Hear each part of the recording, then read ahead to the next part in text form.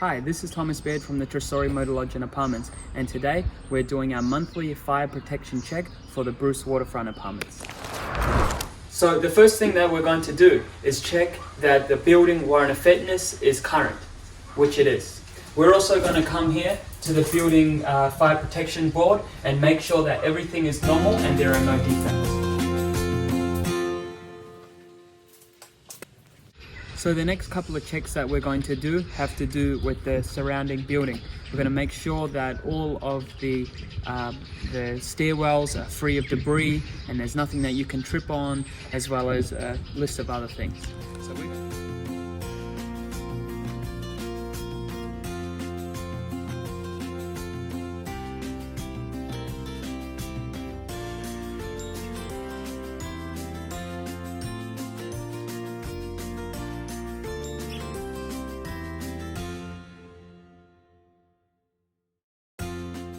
finished our monthly fire check. Everything looks normal and working correctly and free of debris.